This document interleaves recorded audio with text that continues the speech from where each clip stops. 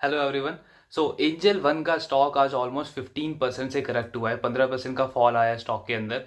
तो उस पर डिस्कशन करेंगे कि क्या मेजर रीज़न था कि स्टॉक के अंदर इतना बड़ा फॉल आया। एंड साथ में इस कंपनी ने अपने रिजल्ट अनाउंस किए हैं Q3 FY24 के। सो उस पर भी डिस्कशन करेंगे कि ओवरऑल परफॉर्मेंस कैसी रही है इस बिजनेस की थर्ड क्वार्टर के अंदर। तो सबसे पहले अगर हम रीज़न डिस्कस करें तो सबसे बड़ा रीज़न था स्टॉक के गिरने का। वो था इनका रिजल्ट में जो इन्होंने net profit growth number show किए हैं। वो सबसे बड़ा रीज़न था बिकॉज कंपनी की जो सेल्स ग्रोथ है वो 41% की रही है on a YOY basis. But जो मार्जिन्स हैं उसमें काफ़ी बड़ा डिक्लाइन आया है। 43% के मार्जिन थे इनके लास्ट ईयर, वो कम होकर के 38% हो गए हैं। एंड जो नेट प्रॉफिट है वो सिर्फ 14% से ग्रो हुआ है on a YOY basis. And अगर हम उसको क्वार्टर ऑन क्वार्टर देखें यानी कि Q2 के कंपैरिजन में, तो उसमें ऑलमोस्ट 14-15% का फॉल आया है। 306 करोड़ का नेट प्रॉफिट था इनका लास्ट क्वार्टर, वो इस बार कम होकर के 260 करोड़ का हो गया है। सो मार्जिन्स एक तो काफ़ी शार्प डिक्लाइन हुआ लास्ट ईयर के कंपैरिजन में। Profit growth quarter on quarter basis पे सीधे 15% गिर गया। एंड YOY भी अगर हम देखें तो सिर्फ 14% का ग्रोथ आई है उसमें। सो ये चीज़ ये शो कर रही है कि एक जो ऑपरेटिंग लेवरेज इस बिजनेस को मिल रहा था लास्ट कुछ क्वार्टर से, वो इस क्वार्टर में बिल्कुल ही मिसिंग है। एंड ऑब्वियसली मार्केट उन बिजनेसेस को हमेशा हाईली वैल्यू करता है जिनमें ऑपरेटिंग लेवरेज होती है। बिकॉज आपकी सेल्स ग्रोथ 15-20% है बट आप बहुत इजीली 25-30% की प्रॉफिट ग्रोथ शो कर पा रहे हैं। सो मार्केट उन बिजनेसेस को हमेशा हाईली वैल्यू करता है। एंड ये एंजल वन के साथ थी लास्ट क्वार्टर तक, बट इस क्वार्टर में हम देख रहे हैं सडनली काफ़ी बड़ा गैप आया है इनके सेल्स ग्रोथ और प्रॉफिट ग्रोथ के अंदर। सो ये रीज़न है जिसकी वजह से मार्केट ने इतना नेगेटिव रिएक्शन दिया है स्टॉक को। एंड ऑलमोस्ट 14-15% ये स्टॉक आज नीचे बंद हुआ है। काफ़ी बड़ी बड़ी करेक्शन आई है स्टॉक के अंदर। बट बिजनेस परफॉर्मेंस अगर हम देखें कि नंबर्स के अलावा ओवरऑल बिजनेस ने कैसा परफॉर्म किया है इस क्वार्टर में। सो एंजल वन एक ब्रोकिंग कंपनी है। एंड एक ब्रोकिंग कंपनी के लिए सबसे ज़्यादा इंपॉर्टेंट होता है क्लाइंट बेस, कि आपका जो टोटल क्लाइंट बेस है उसको आप कैसे रिटेन कर पा रहे हो, किस रेट पे आप ग्रो कर पा रहे हो।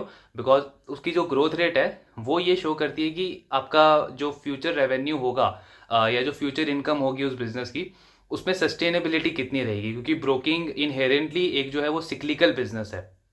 सो एंजल वन का जो हम क्लाइंट बेस अगर हम देखें तो लास्ट ईयर इनका जो टोटल क्लाइंट बेस था वो था 12.5 मिलियन। एंड अगर इस साल अगर हम ये नंबर देखें तो ये बढ़ करके हो गया 19.5 मिलियन। सो ऑलमोस्ट 56-57% के आसपास की ग्रोथ आई है इनके क्लाइंट बेस में। एक बहुत ही ट्रिमेंडस ग्रोथ ये कंपनी लगातार पोस्ट कर रही है अपने क्लाइंट बेस के अंदर। ग्रॉस क्लाइंट एक्विजिशन अगर हम देखें यानी कि जो थर्ड क्वार्टर था अक्टूबर से दिसंबर तक, इन 3 महीने में कितने फ्रेश क्लाइंट इस कंपनी ने एक्वायर्ड किए। सो लास्ट ईयर ये नंबर था 1 मिलियन, यानी कि 10 लाख क्लाइंट इन्होंने ऐड किए थे थर्ड क्वार्टर में लास्ट ईयर। इस साल इन्होंने 10 लाख से सीधे इंक्रीज करके 25 lakh 2.5 million fresh clients acquired किए किए हैं थर्ड क्वार्टर के अंदर। तो जो क्लाइंट एक्विजिशन इंजन है एंजल वन का, वो बहुत ही हाई रेट पे ग्रो कर रहा है। सो इससे दो चीज़ हमें शो होती है। बिकॉज एक तो ये पुराने क्लाइंट्स को रिटेन कर पा रहे हैं, सस्टेनेबिलिटी काफ़ी अच्छी है इस कंपनी की। दूसरी जो फ्रेश क्लाइंट एक्विजिशन है वो बहुत ही हाई रेट पे ये ग्रो कर पा रहे हैं। 20 से ऑलमोस्ट डबल हो गया, डबल से भी ज़्यादा हो गया। लास्ट ईयर आप 10 लाख क्लाइंट एक्वायर्ड कर रहे थे 3 महीने के अंदर, एक क्वार्टर के अंदर। इस साल आप 25 लाख क्लाइंट्स को एक्वायर्ड कर रहे हो 3 महीने के अंदर। सो ये ग्रोथ हमें शो कर रहा है कि जो मार्केट का भी सेंटिमेंट अभी पॉजिटिव है लास्ट कुछ मंथ से, उसका एक कितना अच्छा एडवांटेज ये कंपनी ले पा रही है मार्केट में। एज ए रिजल्ट इनके अगर हम मार्केट शेयर देखें अक्रॉस सेगमेंट, चाहे वो कमोडिटी हो, कैश सेगमेंट हो, रिटेल सेगमेंट हो, हर एक सेगमेंट में इस कंपनी के मार्केट शेयर इंक्रीज हुए हैं। रिटेल में इनका मार्केट शेयर बढ़ करके 27% हो गया है, यानी कि जितने भी रिटेल कस्टमर्स हैं इक्विटी में, उसमें 27% कस्टमर जो हैं वो एंजल वन से बिलोंग करते हैं। इसके साथ में अगर हम इनका इंडिया के टोटल डीमैट अकाउंट में मार्केट शेयर देखें तो वो बढ़ करके 15% हो गया है। 15% टोटल डीमैट अकाउंट में है। बट जो फ्रेश अकाउंट ओपन हुए हैं लास्ट 3 मंथ्स में, अक्टूबर से दिसंबर के बीच में, उसमें 25% जो अकाउंट्स हैं वो एंजल वन ने ओपन किए हैं, एंजल वन से ओपन हुए हैं। सो अगेन ये चीज़ फिर से शो कर रही है कि कंपनी ग्रोथ तो कर ही रही है, फ्रेश हाई रेट पे क्लाइंट भी एक्वायर्ड कर रही है, बट अपने मार्केट शेयर को भी गेन करती जा रही है। अगर हम जो 5 पैसा का जो रिजल्ट आया है या बाकी जो ब्रोकिंग कंपनीज हैं उनको अगर हम देखें तो कंसिस्टेंटली उनके मार्केट शेयर में फॉल आ रहा है। बहुत ही सिक्लिकल मॉडल है उनका, मार्केट शेयर बहुत ही कम है विजा विज एंजल वन को। अगर हम देखें तो एनएससी का जो एक्टिव क्लाइंट बेस है, बिकॉज एक्टिव क्लाइंट बेस आपका ये शो करता है कि एक ब्रोकर के पास टोटल जो क्लाइंट है उसमें से एक्टिव कितने हैं, बिकॉज अगर क्लाइंट ही एक्टिव नहीं है तो उससे आप रेवेन्यू तो कुछ जनरेट कर ही नहीं पा रहे हो, वो ऑलमोस्ट डेड क्लाइंट है आपके लिए। सो एक्टिव क्लाइंट बेस इनका 15% है, एनएससी में जितने भी एक्टिव क्लाइंट है उसमें 15% एक्टिव क्लाइंट एंजल वन से बिलोंग करते हैं। सो हर एक पैरामीटर पे कंपनी मार्केट शेयर इंक्रीज कर रही है, मार्केट शेयर गेन कर रही है, ग्रोथ बहुत अच्छी है न्यू क्लाइंट एक्वायर्ड करने में, पुराने क्लाइंट को रिटेन करने में। सो ये सारे पैरामीटर्स काफ़ी अच्छे हैं इस कंपनी के। ये तभी पॉसिबल हो पाया जब इन्होंने अपने बिजनेस मॉडल को पूरा टर्न अराउंड किया है। एक ट्रेडिशनल ब्रोकिंग बिजनेस थी एंजल वन कंपनी, बट वहाँ से ये डिस्काउंट मॉडल की तरफ गई है। एंड अभी इनका टारगेट है कि एक फिनटेक कंपनी जहाँ पे ये सारे प्रोडक्ट्स अपने क्लाइंट्स को ऑफर कर पाएँ एक ही प्लेटफॉर्म पे, वो इनका टारगेट है, उसकी तरफ ये कंपनी आगे प्रोग्रेस कर रही है। एंड ये नंबर्स देख के हम कह सकते हैं कि एक बहुत ही अच्छे डायरेक्शन में ये कंपनी जा रही है। जो इनका रीज़न भी रहा इस क्वार्टर में, जो इनका नेट प्रॉफिट ग्रोथ सिर्फ 14% रहा है, मार्जिन्स कम हुए हैं, लास्ट क्वार्टर के कंपैरिजन में प्रॉफिट नंबर में 15% का फॉल आया है। सो उसका रीज़न भी दिया है मैनेजमेंट ने कि ये जो लास्ट क्वार्टर गया है इसमें कैश में ट्रांजैक्शन काफ़ी ज़्यादा हुई है compare to F and O. So obviously जब कैश में ट्रांजैक्शन ज़्यादा होती है तो आपकी ब्रोकरेज कम हो जाती है, प्लस इंट्राडे और कैश में जो भी ट्रांजैक्शन हुई है उसमें टैरिफ चार्जेस थोड़े से कम किए हैं एंजल वन ने, सो उसका भी एक इम्पैक्ट रहा है। इसके साथ इनका जो ऐप है, सुपर ऐप है, देन बाकी का जो आईटी इंफ्रा है उस पे ऊपर काफ़ी स्पेंड किया है कंपनी ने, मैन पावर न्यू ऐड किया है, बिकॉज म्यूचुअल फंड का जो लाइसेंस मिला है इस कंपनी को, उसको रेडी करने के लिए इन्होंने नई मैन पावर को ऐड किया है। सो ये सारी इन्वेस्टमेंट की वजह से इनका जो इस क्वार्टर में नेट प्रॉफिट है या जो मार्जिन्स है उस पर थोड़ा सा नेगेटिव इम्पैक्ट पड़ा है। बट मैनेजमेंट का कहना है कि ये सारी इन्वेस्टमेंट ऑब्वियसली उनके जो ऐप है उसको और ज़्यादा स्ट्रॉन्ग बना रही है। कस्टमर्स को मल्टीपल ऑप्शंस मिल रहे हैं एक ही ऐप के अंदर, अब आप म्यूचुअल फंड भी इन्वेस्ट कर सकते हो, एंड म्यूचुअल फंड भी ये डायरेक्ट इन्वेस्टमेंट करने का ऑप्शन दे रही है, सो दैट अगेन कस्टमर को कहीं और किसी और ऐप पे ऊपर नहीं जाना पड़ेगा डायरेक्ट इन्वेस्टमेंट के लिए। वो 1% सेव कर सकता है एंजल वन के ऊपर ही अगर वो अपना म्यूचुअल फंड अकाउंट भी ओपन कर ले। इसके साथ में इंश्योरेंस वाले प्लेटफॉर्म पे इन्होंने इन्वेस्टमेंट करी है, सो अब कस्टमर ब्रोकिंग के साथ में म्यूचुअल फंड में इन्वेस्टमेंट कर सकता है, देन अगेन इंश्योरेंस भी वहीं से सेम प्लेटफॉर्म से बाय कर सकता है। इसके अलावा खुद का एंजल वन का जो म्यूचुअल फंड का जो लाइसेंस इन्हें मिला है, सो वहाँ पे इनकी म्यूचुअल फंड के स्कीम्स कस्टमर्स को शो होने लग जाएंगे थोड़े टाइम के अंदर।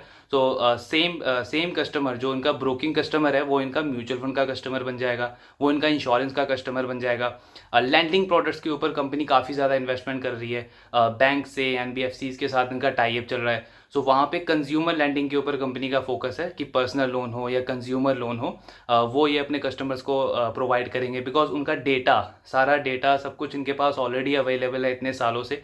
सो ओवरऑल एक फिनटेक बिजनेस बनने की तरफ ये कंपनी प्रोग्रेस कर रही है एंड बहुत ही सही डायरेक्शन में जा रही है, बिकॉज उसके लिए सबसे ज़्यादा इंपॉर्टेंट है कि आप अपने क्लाइंट्स को रिटेन करके रखें, बिकॉज सारी जो ब्रोकिंग कंपनी है वो यहीं पे लैग करती है। क्लाइंट आपने एक्वायर्ड कर लिया, बट 1-1.5 साल उस क्लाइंट को एक्टिव रखा, वो क्लाइंट ने ट्रेड किया, उसको लॉस हुआ, देन वो अकाउंट जो है वो ऑलमोस्ट डेड अकाउंट हो गया और आपका बिल्कुल जीरो रेवेन्यू आ रहा है उस क्लाइंट से। आपकी जो एक्विजिशन कॉस्ट थी वो काफ़ी ज़्यादा हाई रहती है इस इंडस्ट्री में, एंड आपको देन अगेन दोबारा से नया क्लाइंट, दोबारा से नए फ्रेश क्लाइंट को एक्वायर करना है। सो ये एक बहुत ही डिफिकल्ट मॉडल बना देता है इस बिजनेस को। लेकिन एंजल वन ने जिस तरीके से टर्न अराउंड किया एंड आगे जो ये कंपनी प्रोग्रेस कर रही है, इसका ऑब्वियसली अभी तो इनको बेनिफिट हो ही रहा है, ग्रोथ एक्विजिशन बहुत अच्छी है, बट जैसे जैसे इनकी ये इन्वेस्टमेंट ओवरऑल कंप्लीट हो जाएगी, इनका जो ऐप है, इनका जो इंटीग्रेशन चल रहा है इंश्योरेंस और लैंडिंग प्रोडक्ट्स के साथ में, वो जब कंप्लीट हो जाएगा, सो एक बहुत ही स्टुपेंडस ग्रोथ हम इस कंपनी से एक्सपेक्ट कर सकते हैं in terms of margins and in terms of profitability. Because same customer जिस रेट से आप ग्रो कर रहे हो वही कस्टमर आपका इंश्योरेंस का कस्टमर बनेगा, वही कस्टमर जो है वो आपका म्यूचुअल फंड का कस्टमर बनेगा, वही आपका जो लैंडिंग प्रोडक्ट्स है उसका कस्टमर बनेगा। एंड उसके लिए कोई अलग से आपको मीडिएटर नहीं रखना है, कोई आपको सब ब्रोकर, कोई आपको अलग से किसी को पे नहीं करना है। सेम प्लेटफॉर्म, एक ही प्लेटफॉर्म है, उसी पे आपने एक बार इन्वेस्टमेंट कर दी, सब कुछ इंटीग्रेट कर दिया, सो वो आपका life long revenue generator customer बन जाएगा। सो ये एक बहुत ही स्ट्रॉन्ग बिजनेस मॉडल ऑलरेडी अभी कंपनी इस प्रोग्रेस में चल रही है एंड बहुत ही अच्छी रिजल्ट इस कंपनी को आ रहे हैं। सो जो डिक्लाइन है या जो नेट प्रॉफिट थोड़ा सा कम रेट पे ग्रो हुआ या मार्जिन में डिक्लाइन है, वी कुड से कि ये वन टाइम था एंड मैनेजमेंट ने भी कहा है कि एक बार जैसे जैसे ये इन्वेस्टमेंट कंप्लीट होते जाएंगे, इसका जो एडवांटेज है, इसका जो ऑपरेटिंग एडवांटेज है, ये कंपनी को आगे चल के इनके मार्जिन्स में, इनके प्रॉफिट के नंबर्स में आगे चल के विटनेस करेंगे। सो रिजल्ट ओवरऑल अच्छे हैं, कुछ एज सच कुछ नेगेटिव नहीं है। थोड़ा सा प्रॉफिट ग्रोथ में स्लो डाउन आया है एंड उसी का नेगेटिव रिएक्शन मिला है, बट अगेन स्टॉक भी ये एक साल में 4 गुना हो गया। ऑलमोस्ट 1000 का स्टॉक था, 4000 के आसपास का स्टॉक ट्रेड कर रहा था। सो वहाँ पे अगर 15-20% का करेक्शन आता भी है तो बहुत ही नॉर्मल है। एज ए रिटेल इन्वेस्टर कुछ पैनिक करने जैसा नहीं है। अगर हम स्टॉक के इन्वेस्टर हैं, इस बिजनेस के इन्वेस्टर हैं, so we should stick with that business. Again no buy sell recommendation, but just एक बिजनेस अगर हम बिजनेस एनालिसिस अगर हम करें तो बहुत ही अच्छे डायरेक्शन में ये बिजनेस जा रहा है, कुछ भी ऐसा नेगेटिव नहीं है। 40-50% पे क्लाइंट बेस ग्रो करना या अपने रेवेन्यू को ग्रो करना, हार्डली ऐसी कंपनीज इंडिया में आपको मिलेंगी जो इस हाई रेट से कंसिस्टेंटली अपने बिजनेस को ग्रो करती जाएं। एंड ये जो क्लाइंट एक्विजिशन है, अगेन बहुत इंपॉर्टेंट नंबर है ये, बिकॉज ये हमें क्लियरली शो कर रहा है कि जो फ्यूचर रेवेन्यू है कंपनी का वो कितना ज़्यादा सस्टेनेबल रहेगा।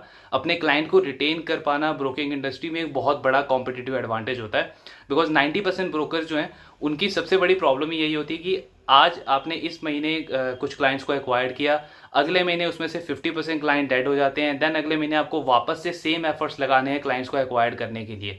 दैट इज़ द रीज़न कि उनकी जो आप रेवेन्यू साइकिल देखोगे या प्रॉफिटेबिलिटी की साइकिल देखोगे उसमें बहुत ज़्यादा वॉलेटिलिटी होती है। सो वहाँ पे एंजल वन को लास्ट 3 साल में बहुत बड़ा एडवांटेज मिला है जब से इन्होंने अपने मॉडल को टोटली डिजिटल मॉडल कर दिया है। And they are progressing really really well, उसको हम ट्रैक कर रहे हैं हर मंथ, और कंपनी की बहुत अच्छी डेवलपमेंट्स है उस डायरेक्शन के अंदर। सो बिजनेस वाइज कुछ भी नेगेटिव नहीं है। स्टॉक में ऐसे करेक्शन ऑब्वियसली बहुत नॉर्मल है, 15-20% का फॉल आता रहता है, बट अदरवाइज अगर हम बिजनेस की बात करें तो बहुत ही अच्छे डायरेक्शन में ये कंपनी अभी परफॉर्म कर रही है। सो ये ओवरऑल एनालिसिस था एंड एंजल वन के ऊपर। Do let me know in the comment box अगर आपको कोई भी डाउट हो इसके related. Thank you very much.